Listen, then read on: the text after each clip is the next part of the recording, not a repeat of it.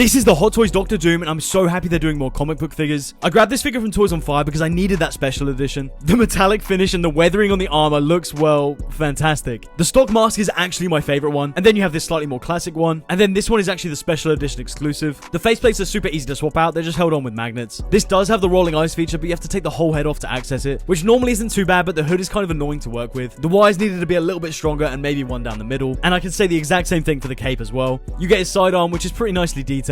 This is another special edition exclusive, and this is the Darkhold. Honestly, it's probably my favorite accessory here. The hands are a little bit lacking. I think a magnetic one to hold the Darkhold would have been nice, but technically these count as hands too, which are the magic effect pieces. And then you have these other magic effect pieces which go into his open hands, as well as some green electricity effects. But some of my favorite parts about this figure is going to be the backdrop and the base. So on top of this really cool Doom banner, you also get this diorama base, which you can actually display either way, which is a really nice touch. This figure already has so much aura and presence that once you just add him onto that diorama base, I think it takes it to the next level. The banner itself is actually really tall, so it won't fit in a lot of displays. I kind of wish they gave you some different poles so you could have it at different heights. The chainmail under the armor does look surprisingly convincing. I was kind of worried it was going to limit articulation, and it does a little bit, but it's honestly not too bad. I think you can pretty much get this figure into any pose that you'd really want to. If you're a fan of the character, definitely go for this one. And if you can, I would go out of your way to try and get that special edition.